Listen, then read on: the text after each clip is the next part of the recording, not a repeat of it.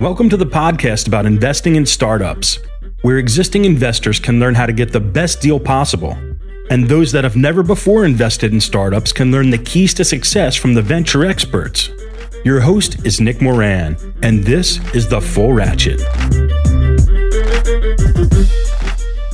Welcome to another release of Investor Stories. On this installment, the experts talk about their investment philosophy, how they evaluate early-stage startups, and how that may be unique from other venture investors. Here is the segment called Venture Investor Strategy.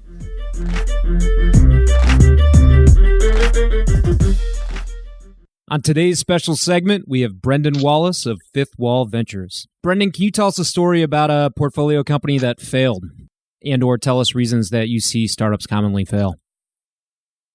I think one of the reasons startups fail, and we've been fortunate in Fifth Wall to have no failures, thanks to this kind of unique model that we have in investing. But I've certainly made a lot of personal investments, many of which have been unsuccessful in some way or another. I think there's a lot of reasons why startups fail. One I'd probably focus on here, because it's relevant to Fifth Wall, is you have to listen to your anchor customers. You don't want to listen too much, or you become a captive product to them. And frankly, anchor LPs, large strategics, large incumbents, don't always know what they want. There's that quote, by Henry Ford, if I asked people what they wanted, they would have said faster horses. I think that's true, but it's true to an extent. When you're talking about sophisticated Fortune 500 companies, you can't just build something they don't want and expect adoption. And so what's important for any company inside real estate tech or outside real estate tech is try to find someone who can act as a shepherd, so to speak, or a liaison to make sure that when you're still iterating your core product, you are showing it to the would-be massive customers, the $10 million customers, the king-making customers for your product at an early stage. So you're not building the wrong thing. Because I have had experiences where entrepreneurs have kind of gone into a black hole, built a product, released it into the market, and it just simply was incongruent with what large customers would want. So it's important to have that interaction very early on. Couldn't agree more.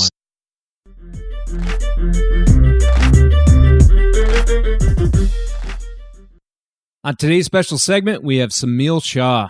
Semil, can you talk about a portfolio company that's failed and what you learned from the failure?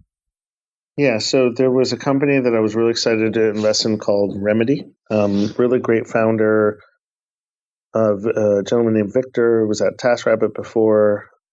Really hardworking and very detail-oriented guy. And he kind of had this vision, of consumer vision of and I haven't invested in a lot of consumer companies in the last 2 or 3 years. He had this vision of, okay, people across the country can get a medical bill in the mail. It's obviously a shocking experience for a lot of people. You take a picture, that picture of your bill goes to his network of people that look for medical billing errors that are specialists in this and go fight it for you. And they take a cut of what they do. And I loved that concept, and I loved how detailed he was about the nuance of the medical billing code, which I still to this day don't understand, but it was sort of an obsession of his. And so I wanted to see that happen. I think what they found in going through it, that it was just tough to close the loop on customers. And the tough part is when they realized that they had to move from going direct to consumer to going to a business that would then help distribute that product to consumers, they didn't have enough time. And once they pivoted and moved around, investors who heard that story to put in more money, it just didn't have the oomph. And it sort of, kind of dissipated. And, I know it was pretty hard for Victor and the team.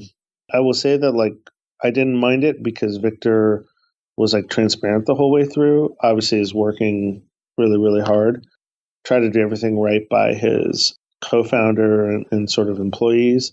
And he, finished all the work that he started. So that was kind of hard. But I think, the lesson from that for me is that if you really like the concept, and you believe in the concept and you believe in the person pushing the concept, it's okay if it doesn't work out, but it was the right thing to invest in, the right person to invest in.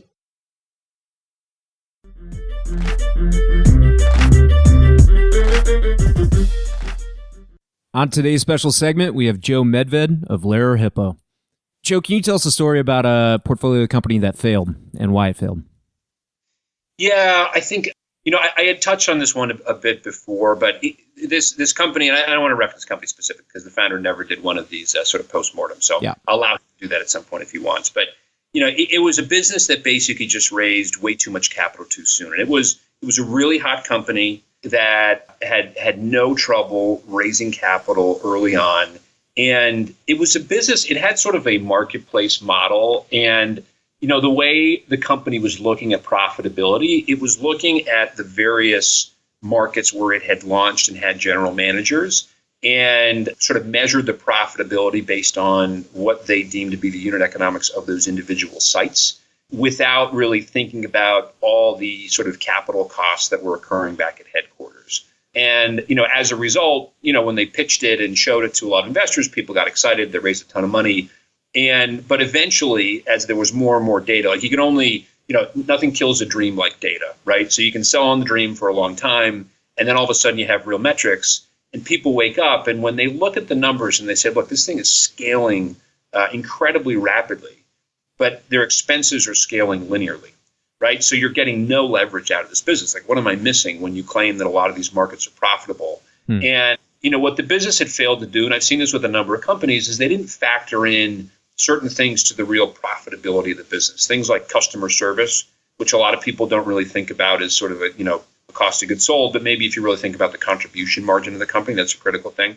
Sometimes not fully factoring in all their acquisition costs, right? I mean, you see this with a lot of companies that will, only think about sort of their paid marketing spend, but maybe they're not factoring in money they're spending on PR, content marketing, or if they have really large marketing teams, like not factoring in sort of the cost of those employees. And that's unfortunate what this business had done. And so, it truly was a promising company. There was clearly significant customer demand, but ultimately, they just couldn't continue to raise capital because they never really drove high profitability. So I just think that's a critical thing to think about. Like, look, the only reason companies are coming to us is because they're going to burn capital, right? And we're investing because we want to invest in that growth. We see the potential for profitability long term, but as the founder, you always want to have that, potential profitability in sight at some point. There's only so many Ubers out there, and those are some of the greatest investments that any fund can want to be involved in. And for those types of businesses, we're happy to have these companies burn and build market share. But you have to really, as a founder, be honest with yourself about your path to profitability, just to make sure you maintain enough kind of control as you raise capital over time and ultimately, they'll look towards an exit.